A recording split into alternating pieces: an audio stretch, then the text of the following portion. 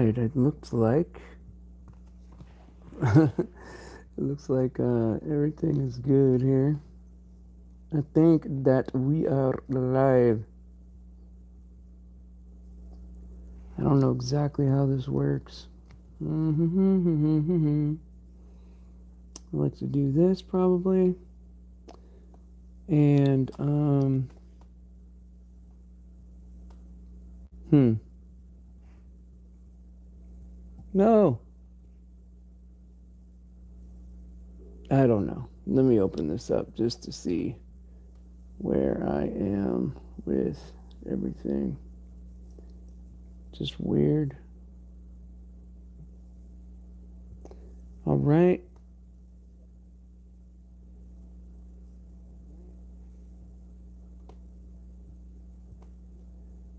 Okay. I don't want to waste any kind of like good material, right? Like waiting on people, I guess. But I really don't have much planned for today. I just wanted to say first of all, oh hey, Matt about a shape. Glad you're here. Thank you for being here. Um, I just want to say I'm grateful for it being another Sunday. Hey, Alex. Yeah. And it's just another day and another Sunday to be grateful for God. And I'll tell you what, like, so I'm out here in California, and I've lived here almost all my life, except for when I was like in the military and a couple years like in Ohio and a year in Florida for a bit, like, but most of my life in California. And um, I always viewed it as being like kind of like in the belly of the beast. And yeah, it's nice. And I'll tell you what, looking outside, right? It's beautiful out here, and I don't often think about how lucky I am to have such good weather all the time. And like even in like early spring, late winter, it's like nice out here. And I mean, I'd have to say it's probably anywhere between 60 and 100 all year round. And I know that that's a wide gap, but it doesn't typically go below that. Maybe at night, some winter days or something like that, it'll drop below 60, be in the 50s or whatever.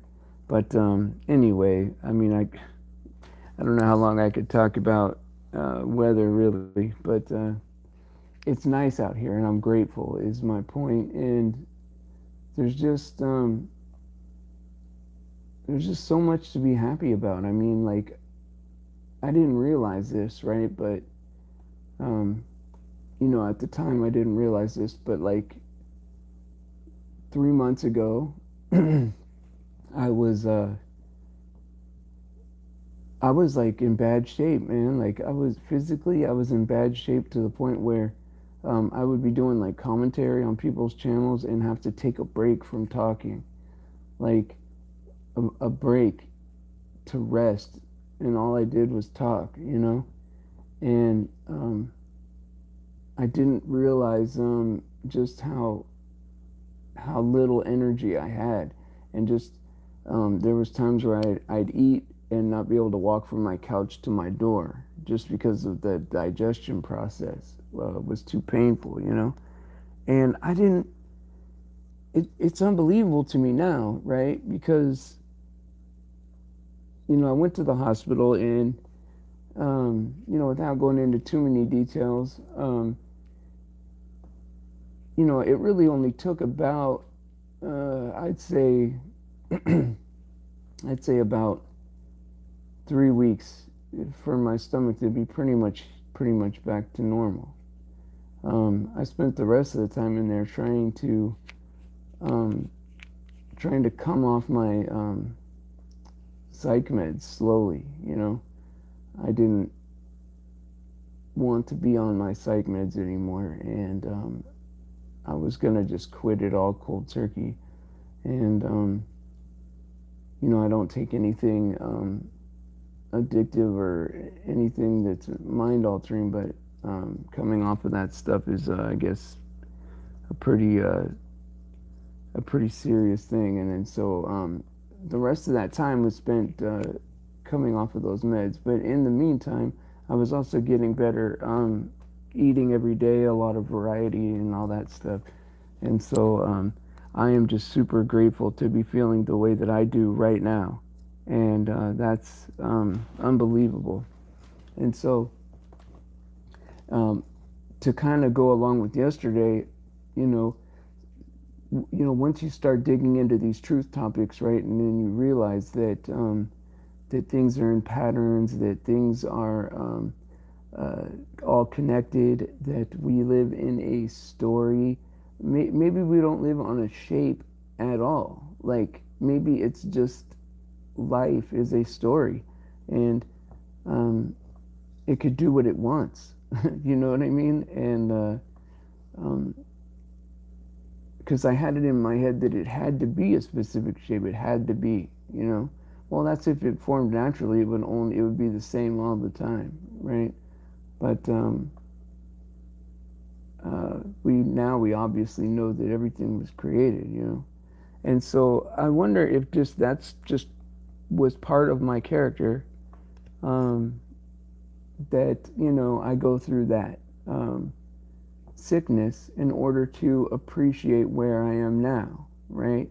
And so I wonder if because I start thinking about life like I'm grateful that I was made, right, by God, and I'm grateful that there is a grace period and that I qualify for an afterlife that's going to be perfect contentment. I'm super grateful for that, right?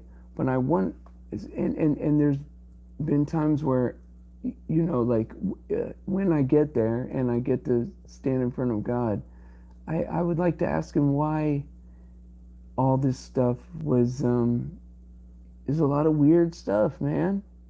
And a lot of things that occur that I would like to ask him why, what's all this for, And, of course, I don't want anything evil to happen to anybody, but I'll just take my life, for instance, right, where, I haven't done anything evil to anybody, and as far as things evil being done to me, it's been very minimal, right? And I wonder if this life isn't just to get it to where I can understand what perfect contentment is, Maybe this short period of life, right, is designed for us to know what that is, that next level is. Now, I can't ever pretend to know what God knows, and I have no clue what God's thinking about, any of it. I just know that people create the evil here, and it's people's consent to Satan that lets this happen. I mean, if it says in the Bible, right, if we resist the devil, he will flee from us, right? So had we resisted Satan from the beginning, we'd be in perfect paradise right now. And that is not hard for me to that's not hard for me to understand.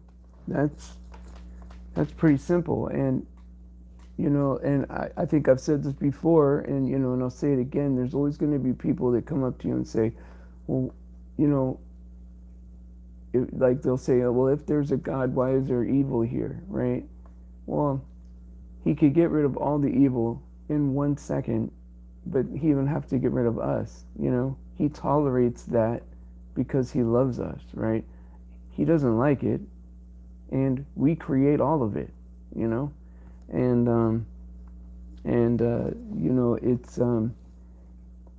it's if we had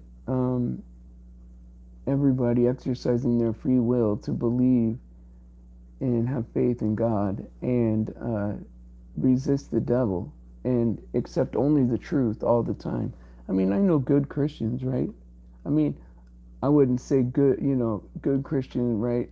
But like, I know Christian people that are, I would say, good, um, you know, for to human standards, right? They're just good people, right? And but can't accept certain truths, right? It bothers them. Like, there's certain truths that make them feel uncomfortable, right? And I don't know why, right? I I want them to just, even though they know it's true and I know it's true, for some reason they can't accept it. And even if I were to talk about it just a little bit, they feel like it's a lot, right? And so it's just, it's crazy to me that even good people will resist the truth. And it's not for any other reason other than it makes them feel uncomfortable. And I don't even know why it makes them feel uncomfortable. Um, it's weird. I mean, most of the flack that I get, I guess, from people and loved ones and friends is the flat earth stuff, right? That's, hey Cindy, how you doing? Oh, was it a good party? Was moved out of your house because of a water main break. Oh no! And even more unhappy camper right now. Oh my God. Okay, I'll call you Monday, Cindy, for sure. Oh my God, I can't believe that that your water main broke and that's horrible. I remember I lived in a hotel once, probably with the greatest girlfriend I ever had in my life. I don't know why I blew that one, but I lived in this hotel with her, and it was just after my divorce. I was gonna marry this girl, and uh, the sprinkler broke in the room, and I mean flooded everything. And there is nothing. I mean, people don't understand just how bad a flood is until they experience one. I mean, waking up in a foot of water is a catastrophe to say the least. Like, it's no it's no easy thing to get over. You know what I mean? And so this, I should have like seen it as like a sign of that. That maybe living with that girl wasn't what I was supposed to be doing. But long short story long, right? Um, we got over that, and you know, we ended up breaking up over something else. But um, yeah, water is no laughing matter. But hey, I'll tell you what. Um, there was a time when God wiped everybody out except for 8 people, and you know, uh, that flood was pretty serious. And so, like, I was talking to one of my friends last night. He took me out for a burger right over at I forget where it was that I went. I think it's Chili's or something like that. And I don't eat meat very often. I'm not a vegetarian, but well, maybe I'll eat a handful a week just naturally. I just don't eat a lot of meat. And so I was out eating with my friend, and uh, we were talking about sin and separating sin, right? Like, you'll see Christians protest certain people or certain things, or be outside of certain places, and you know, um, in a very judgmental way, and um, you know, uh, everybody sins differently, right? And we all do it, and there's no separation between what is worse and what is better. I'm a straight male, right? And if I were to meet a girl and have sex with her, that is fornication, and that is a sin, right? That is exactly equal to anybody else who has sex outside of marriage, right? And so, really, fornication would be the sin, right? And and I would say that there's very little sex that pleases God, right? And so, um, 3 years and 8 months ago, or maybe even a little longer now, um, I stopped dating casually. I stopped uh, having sex casually, and I stopped, watching, any type of porn or anything like that. And it's always uncomfortable for me to talk about it, but it's important, right? Because it changed my life, right? It completely changed my life, right? I'm not desensitized to certain things anymore. The depravity is gone, right? Like um, you would be surprised.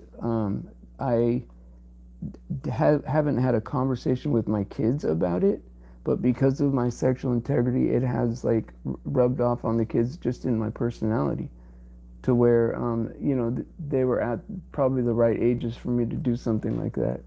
And so you know um, oh, hey, that's great. That's great. I'm glad that your son is done that, because what's crazy is that when I was younger, right, and as kids, being curious and all, right, in our teen years or whatever, we would have like a magazine and maybe pass that around.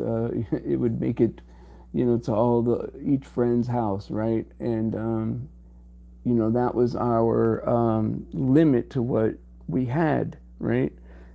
Maybe a movie, whatever, right? But it was very little exposure to any of that stuff.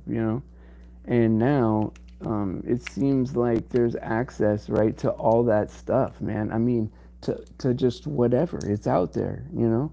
It's unfathomable to me, like just what is available out there for everybody. And I've had my own kids talk to me about things that were just like, I mean, if you're starting there and it takes more and more and more in order to get excited, right? Then it's a very dangerous path, right? It's a very dangerous path. Like, number one, you're gonna want to do that to somebody that you love, right? And that's the wrong answer already off the bat.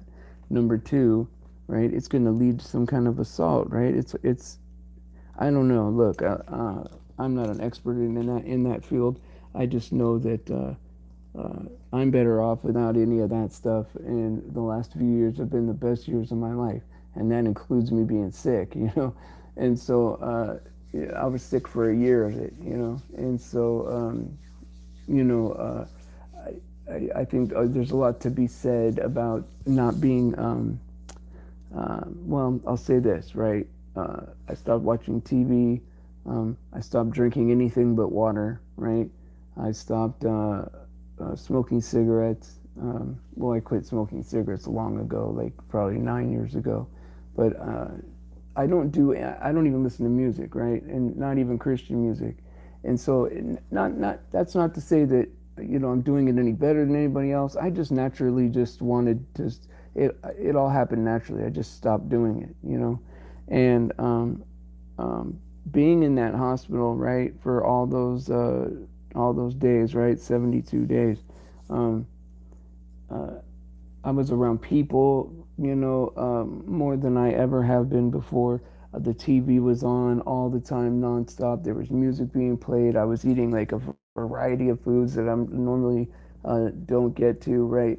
I was overstimulated, right? Overstimulated. And I think that there's a lot to be said about not being as stimulated. I think that I wouldn't say it made me smarter, but it made my brain a lot clearer, you know. Um, all that if I can kind of like equate it to like maybe like a jar with dirt and water and it's all shaken up. That's that's how I feel when I'm all you know over overstimulated, right? And when it calms down and separates again, right, that's how I feel right now. And I feel like it's helped me Oh no, why do you gotta? Oh, Alex, come on, man. Oh, now I can never say that number again. I almost don't even. Ugh, I almost don't even want those numbers on in there right now. Yeah, that's horrible. Well, the whole world is like that now. You know, it's all coded, and there's numbers I can't say or use anymore, and it's like, it's it's it's getting to the point where it's like, the world is crazy, man. But anyway, back to what back to what I was saying about. See, I think that, well, this is not even what I think. This is just what it is, right? Is that we're every variable affects us, right? Every breath we take, right? Everything we eat, every medicine we take, every vision we see, every sound we hear, right? Every smell that we smell, right? All these things are variables that affect our brain, right? And affect us, our body, everything, right? Even I would even go as far as to say it affects our spirit, right? And the little the lowest amount of exposure you can possibly stand and be comfortable, you're better off, right? And so, you know, I you're right. They are all God's numbers. Every number in this world belongs to Jesus Christ because God gave him all power, not not not some of the power, but the Father gave him all power, and so that's a lot, you know, and you know, but yeah, I'm just thinking about these things, right? About how much this world really does affect us, and like God was telling us, like, in the Word that, like, we're supposed to be separate from this place. I mean, we're in it, but we're not of it, right? Um, uh, we're separate than this thing, right? And I'm starting to understand why when I open up about the truth to some people, that they don't want to hear it, or it makes them feel uncomfortable, right? Um, I think we popped out somehow and we're watching life like a movie, and they're still in it, and so it makes sense to them. The Everything in it makes sense to them, and what we're saying makes no sense. It's way out there to them, and to us, I think we popped out somehow and we're on the truth side, right? And we're not as brainwashed, and so it's just weird. Maybe we are doing what we're supposed to be doing, which is separating ourselves from the world. But I don't think everybody can do that. I think we all have different gifts, right? And maybe their gift is encouragement, or being a peacemaker, or exposing wicked people, or being able to discern who's lying and who's not, being able to discern who's genuine and who's not, being able to see who's possibly carrying demons or not, right? And so everyone has their gifts, right? Some of us have more than one, um, some of us only have one, and so, but like, what, um, you're responsible for whatever talents that God gives you, right? And so, you know, um, if He gives you a lot of talents, then you have a pretty big responsibility. And, um, the hard part is, right, um, is that, um, the devil has this duality, right? Good and evil, right? There's good in the world and there's evil in the world, right? There's a good side of like their light side of their Luciferianism, and then there's the dark side, right? And even Jesus said that Satan would come as an angel of light, right? And so yeah, there's good and bad on that side, right? But there is no equal opposite to God. God is all good all the time. There is no uh, Satan's a defeated foe. We don't need Satan to have God, right? It's not yin and yang, right? God is all good, and nothing else, right? And so what I think some people get caught up in is they can see the evil and the deceivers and all that, or they could discern who's good and who's not, right? For them at that moment, or for a lot of people at that moment. But what's hard to do is to know that somebody is not good, right? And try to get them to the Father, and um, try to bring them to Christ for forgiveness, right? And salvation, right? Because I have to be humble enough to admit that I'm not good, right? I mean, on by human standards, I'm a pretty good person, right? Uh, um, I wouldn't hurt anybody, right? I wouldn't openly lie to anybody. I make mistakes, but uh, all in all, in reality, right, to God, I mean, I'm equally as imperfect as anybody else, right? And yeah, I don't really see with evil people out there. I don't think that they would ever come to that kind of uh, uh, humility to ask God for forgiveness. Some will. I mean, some will, right? And but not many. I don't think, right? It's like very few good people to human standards, right, are going to be able to humble themselves enough to ask forgiveness, right? But we have to be able to get those people that aren't good and aren't perfect right now, right, um, to Christ for forgiveness, because I'm no better than anybody else, and you know I see a lot of miscommunication out there, and that causes a lot of arguments, right? And if they only knew what each other meant, they wouldn't be in an argument. Um, I know people out there that can accept the truth about certain things, but they won't. And they would feel a whole lot better if they did, um, because it would be over with. They wouldn't have to avoid it anymore. And there's just so many of these things, right, that that are out there that are kind of like puzzling to some people. It's hard to get to a point where um, somebody's not good, but you want them to get forgiveness, right? It's hard to get to that point. It's hard to get that kind of awareness, that kind of um, understanding with people. And so, who knows? I mean, yeah, we definitely all fallen short, and I'm definitely not any better than anybody else in this world. But there are some people doing some bad things and affecting a lot of people, and they need to be exposed. I mean, there's no doubt about that.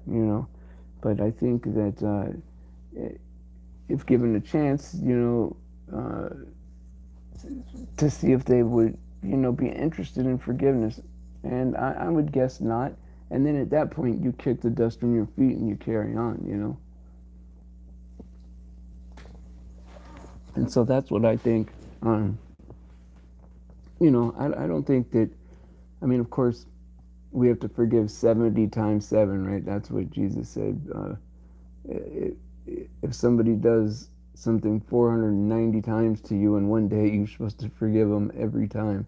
But that doesn't mean that God isn't going to do, if you do what God says, right, forgive 70 times 7, God won't let somebody do that to you over and over and over again, right? God will do his part if we do our part, right? And he promises us that. And I think that the more faith we have in God, the more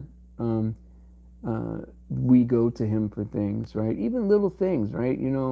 Some people have this misconception, right, that God doesn't have enough time for certain things. Like, oh yeah, God wouldn't waste his time on a football game, or God wouldn't waste his time on my little life, or whatever.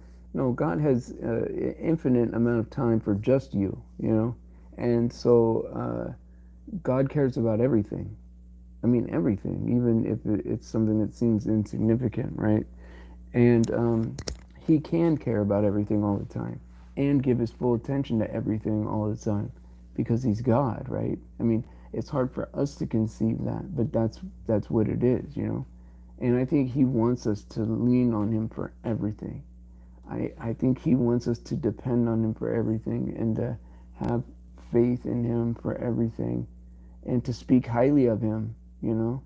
I mean, there was a time where, and now don't get me wrong, I'm not embarrassed to say that I love Jesus. In fact, I'm delighted to do it. And I'm grateful to even be allowed to worship, you know, um, because in some places you can't, you know. But there's been times where I haven't brought up Jesus just to not cause division. But those days are over, you know. Those days are over. I mean, if I'm hanging out in a group and we don't have Jesus Christ, right? Then no matter what we do, we can't win. You know, it doesn't matter at that point. We have to have Jesus. That has to come first before we have a chance at anything. You know, um, no matter even if I'm tying my shoe or I'm throwing a baseball or I'm trying to save the world, it doesn't matter, right? Without Jesus, at the very beginning, it's useless to do anything. You know, because we're in it to win it now. You know, now we know, right? Um, almost. I mean, I would say I know for sure, right? But for the sake of taking a leap of faith, right? I'm 99% sure that um, God is real. Jesus is our Lord and Savior, and He, died for our sins and resurrected, right? I'm 99% sure of all that stuff, right? And we're lucky to have that type of confirmation, right? To know that the Bible is true. Like, man, what a relief. Because I spent like um I spent the majority of my childhood, right? Not fitting in, really. I didn't, like, no one ever told me that, I wasn't cool, right? But I never felt cool. I never felt like I really fit anywhere. And it really seemed like people were um, all following um, all following certain rules just because they're supposed to, and not ever questioning whether or not the rule was good in the first place, right? And as a child, I was doing that, right? Like, why, why aren't, we could do whatever we want. There's 30 of us, and there's one of the teacher, That's what my mentality was. Like, I don't get why we're all sitting in a, like sitting in a line or in a square, right? I don't get it, right? Uh, uh, but I kind of went with the flow just to not uh, be a weirdo, Um, I don't know. I'm not saying that any of my opinions or any of my thoughts are, valid for anybody else or anything. These are just my own thoughts, and if something clicks in your head, then that's great. I mean, and maybe we could figure this whole thing out. But I think we're getting very close to knowing, what this place is and what we're here for. I think that part we have pretty much ironed out. It's just, how does it work? If the story's already written, how does it work? Like, who's a character and who's like us, right? Or is everybody like us and we're characters? Who knows, right? Yeah, it's mind-blowing stuff, right? Best get your days working for your, yeah. Right. Hey, so hey, there's been periods of time where people just worked to eat, right? They didn't live check to check. They lived hand to mouth. They work, get their money, and go eat. And I know that my great grandfather. I guess I'm very fortunate to have known my great grandfather and great grandmother. My great grandfather died when I was 15, and my great grandmother died when I was 26. That's pretty. I'm pretty fortunate, right? And my great grandfather lived during the Depression years, right? And part of the way that he showed love was he would give you food. I mean, he was constantly feeding us, right? And we're Italian too, so food's very important to us, right? But he would he would give us food as a gesture of love, because when he was younger, that's not something that he had an abundance of, right? And I'm sure he wanted and wanted to eat, you know. And so if you sat next to Nanu, right, during like a holiday like Thanksgiving or Christmas or whatever, um, you would finish your plate, right, and and then you'd look down, right, and there'd be like an artichoke heart or like, something on your plate, and then you eat that, right, and you go and you talk and all that stuff, and then you look down, and there'll be more food on your plate, and I mean, it's like you couldn't really tell him no because he was just showing love, right? But man, I mean, we just kept eating and eating and eating, and man, uh, it, to the point where it was almost annoying, right? And to think that we have those types of problems in this country where, you know, as a kid, I had too much food, and I'm pretty sure that in like countries where they're starving, I'm sure they don't have diseases like, oh, I'm gluten free, I know we have no food, but I'm lactose intolerant, so I can't really mess with that stuff. And yeah, I mean, so you had your great grandparents, uh, yeah, at big family get-togethers. Yes, Private Beautiful. Yes, I mean, Oh, and I mean, I just want to say hi to everybody. I want to let everybody know I see you all in there. And I'm glad that you guys are here. And it's I don't know. I'm grateful to be doing like shows every day, and I think that I'm just gonna do shows in the morning, and I'm not gonna do that evening show. I think I'm still gonna do recorded shows, recorded videos, and we'll be coming out with some of those in the near future, pretty soon actually. Got some projects in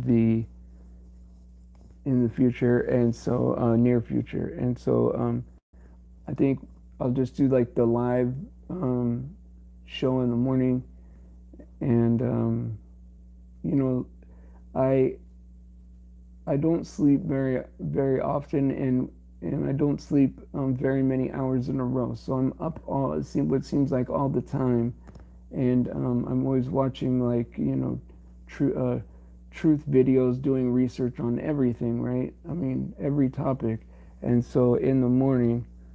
At this time, man, I just want to blurt out like all the stuff that I just got done learning, if it was new, if not, it's going to be same old, right? But I'm a real motor mouth in the morning, that's for sure. And I was able to do it in the evenings too, but it was more of an effort, And I don't want to compete with like when Tony goes live and when other channels go live. I know a lot of you watch the Flat Earth channels, and I want to try to steer clear of those times, right? And it is what it is. I mean, I have some overlap with all these different channels, right? And but we're mostly going to get people that want to hear about the Lord Jesus Christ. Hey, Michelle, yay! I was so glad you made it here. I haven't seen you in a while. It's been a couple months, since I've seen you on YouTube. I know I've messaged you privately, but I'm glad you're here. It makes me happy to see that you're here, and I'll definitely be watching your videos when you make them. I would just say to everybody to subscribe to isn't Michelle XX is your channel, or you have Michelle XYZ and Michelle W, right? And so those are good channels for like the transgender agenda. Not just transgender, but gender inverted people from birth. Uh, Gender inverts from birth. I mean, that's about as sick as you can get. And so you know, uh, there's a lot of there's a lot in those videos that will wake people up. And so yeah, I know you haven't done a lot lately, but I know that like you have a pretty good catalog of stuff.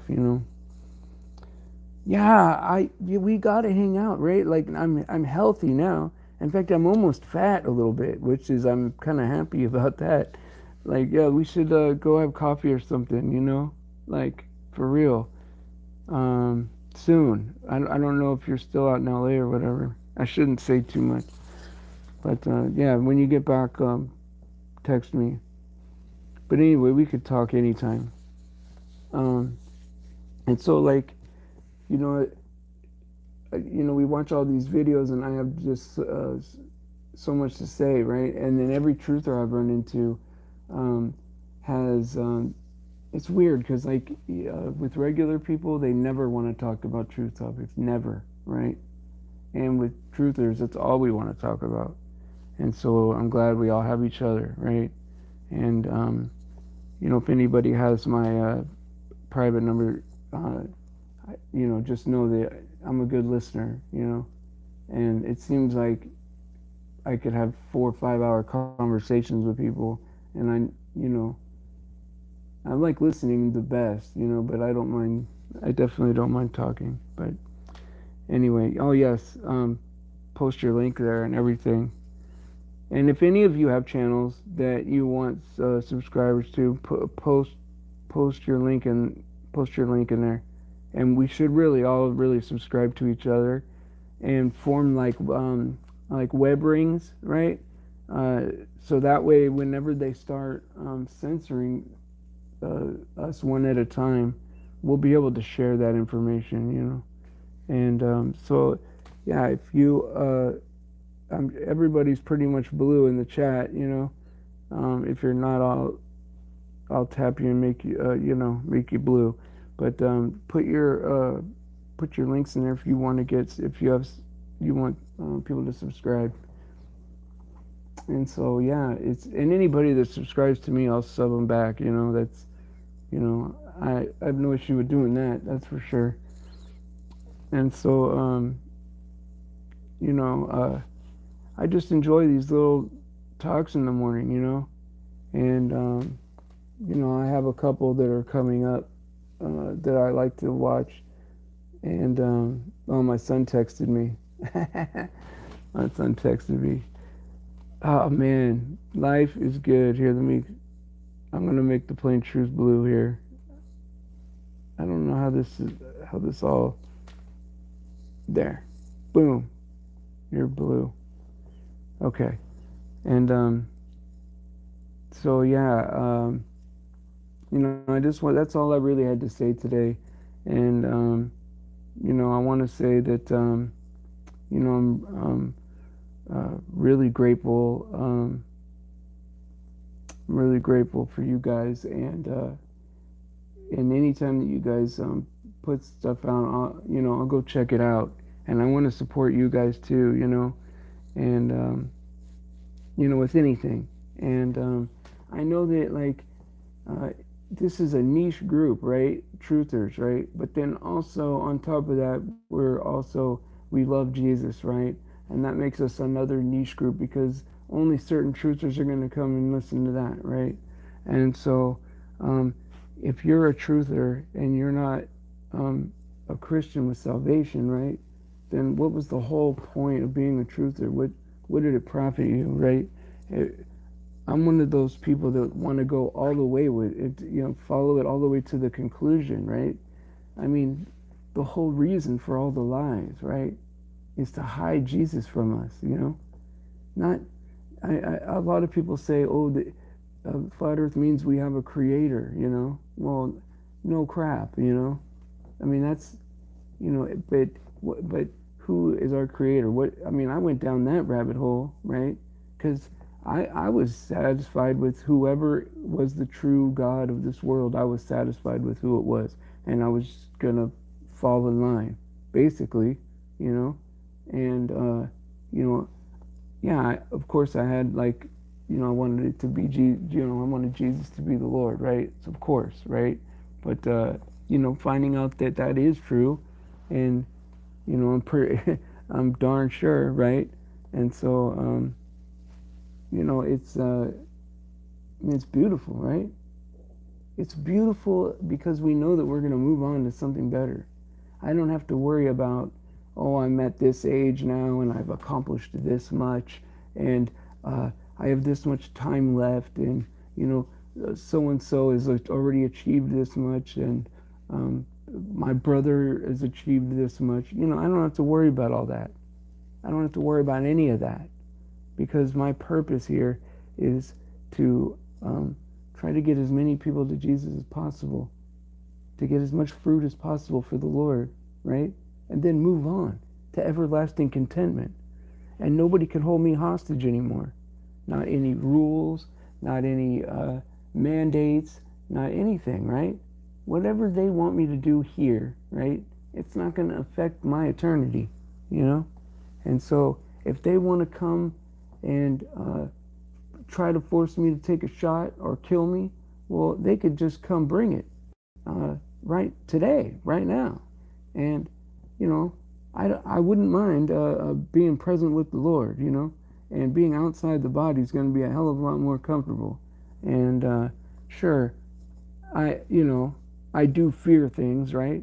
I'm afraid of being sick. I'm afraid of being starving. I'm afraid of seeing my kids in pain, right? I'm afraid to see my friends suffer, right? But if it's just going to be, they're just going to whack my head off at the neck, well, just come on, Shoot, I can't wait, See you all on Judgment Day, And so, I know that I'm making that sound like that's an easy decision or an easy thing to say, but yeah, that's what I believe, That's how I feel. And so, anyway, you know what? I didn't know that your name was Seth, but I had a dream that I have a friend named Adam, right? And I had a dream that he had a baby named Seth. And when his wife gave birth, he named his kid Seth, And and it fits with the Bible too, It's like it was weird, man, But I thought that was pretty cool because he had only known me for a short period of time, But yes, Private Beautiful, thank you so much for saying that, But you know what? I'm grateful for you guys. Thanks for coming by and listening. And I'll be live again tomorrow at 7:30. And I just want to say, praise Jesus for his sacrifice and his grace. And I love you guys. And I hope you guys have a great day. Thank you. Bye.